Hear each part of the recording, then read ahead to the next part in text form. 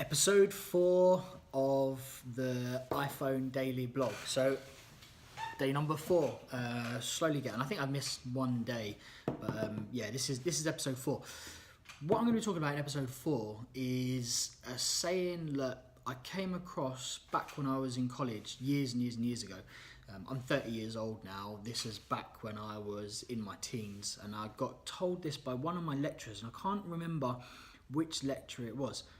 But to give you an idea, to get into college, I left school with no GCSEs, and to get into college, I had to go for an interview, like a business interview. So almost like I was applying for a job, and they interviewed me to decide whether or not they would take me into the college, and they accepted me, lo and behold, and I went to college and all the rest of it. And the reason I had to go through that process was because I was a massive dropout in school, because of my dyslexia and sort of the area I grew up in, all those sort of things. I was destined to be a failure, effectively. But that's for another episode, sort of later down the line. But when I was in college, I was studying business, and one of my courses within the business management program was marketing. And I was told, like, a really simple saying is basically, if they can't see it, you can't sell it. And it's really simple. You can really be super complex about this, or you can look at it in its most simplest form.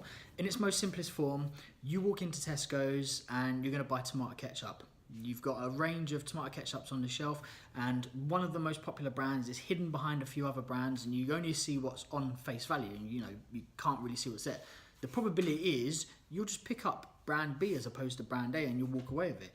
Because the brand A wasn't on display or wasn't visible to the potential purchaser, it was missed. So you can't sell it if they can't see it. And that goes exactly the same for being a freelancer, being a creative, being a DJ, being a videographer, being an artist, being a musician. You name it, being a builder, being any sort of business or sale relationship is based on it. If they can't see it, you can't sell it.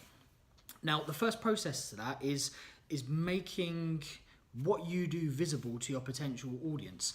So how do you go about doing that? And the first part is, well, you're going to have to lose a little bit of your pride, to be completely honest. And some people are really, humble, and won't really shout about their successes, or won't really shout about what they do. And I totally get that. I do totally get it, because I'm not, I shout about what I do to put what I do in front of my potential clients, if that makes sense. And that sounds really weird, but I don't shout about it for egotistical bragging rights to make me feel better, for anything like that. It's basically putting my content out there in front of the demographic that's going to potentially buy it. And that's what you need to be doing. You need to be making your stuff visible. So you're going to have to sort of eat a little bit of humble pie and put your work out there. So, if you are a photographer, and this is a really good example. So if you're a photographer and you're taking pictures, just basically put them out on your Facebook page. Put them out there. These are my pictures. What do you guys think? If you're a DJ and you're producing music, put it out there on your Facebook page. The people that are going to consume your product are going to come across it. And it's all about priming them to do so. But if you keep it hidden and you're keeping it locked away, you're never going to get that opportunity to sell it. And it really is that simple. And once you've achieved that, once you've mastered that point of basically getting your content in front of your potential audience, from there is turning your potential audience into another one of your sales networks. So what I mean by that is, if you take an opportunity to go and research what's called BNI, business network, something like that. It's super weird, man. It's great. Like, I've done a couple of them before. What they basically do is they get up early on a Thursday or Friday morning. They hold these little meetings in local geographic places. So I used to do one back in Norwich. And you turn up in the morning, and in those networking sessions, there would only be one person from each and every trade. There'd be one photographer, there'd be one plumber, there'd be one carpenter, there'd be one plumber, there'd be one accountant, you name it. And if the accountant, throughout his day-to-day business, comes across somebody who needs a photographer, they would basically say, I know a photographer in my group. And they would get what's called a referral, and they would pass a referral business around. And it follows exactly the same principle. In that group of businessmen, they've made it clear what they do. So the photographer is like, hey, I'm a photographer, this is what I do. So there's an audience out there that are potentially receptive to it. But if that audience isn't receptive to it, you've still got the people that they connect with beyond that. So you master the whole, if they can't see it, you can't sell it thing. You master that, and people can see what you're selling, they buy into what you're selling, and they totally take it on board. They then become one of your sales tools. It's a no-brainer. They become, you know, an additional salesperson, and one salesperson, two salespeople is always going to be better than one salesperson. And you start to branch out. So for me, as an example, as a photographer, when I work with people that I've previously worked with now, if an opportunity comes up for someone looking for a photographer, they will tend to reference me because they know what I'm selling.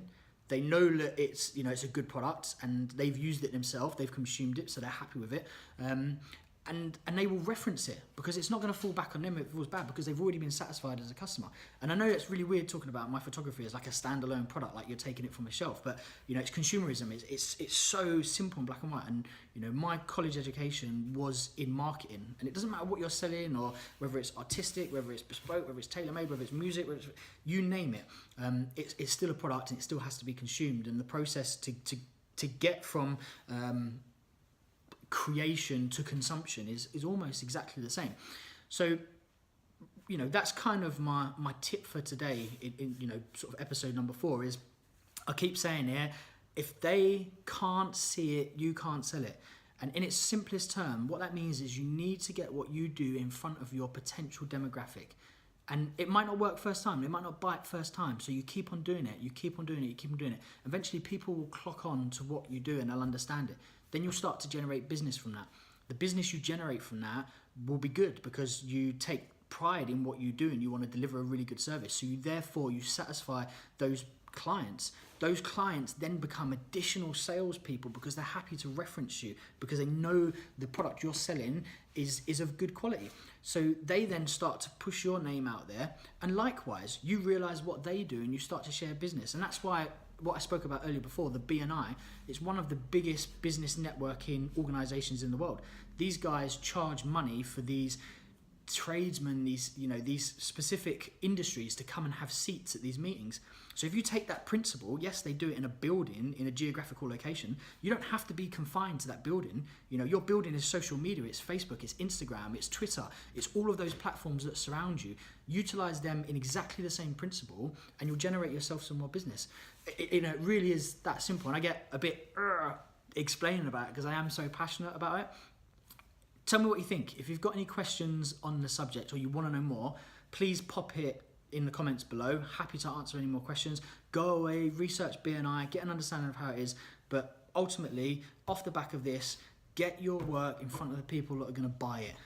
Once they buy it and they're happy with it, they will become additional sales tools without you knowing, you know, and that will just happen naturally. And then you start looking at referral selling, and referral selling is one of the best sales methods you could possibly have as a salesperson. And all you have to do is deliver a really good service and it will continue to be a self-fulfilling prophecy. And it is that simple.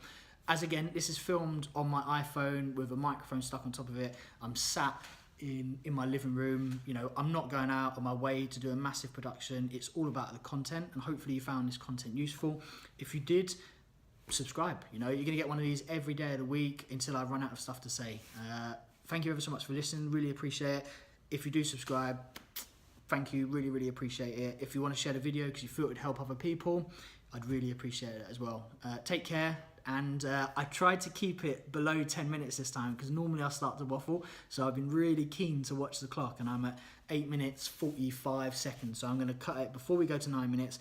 That satisfies my sort of OCD in terms of getting it under 10 minutes long. And hopefully I've delivered good enough content for you guys. Take care. Till next time.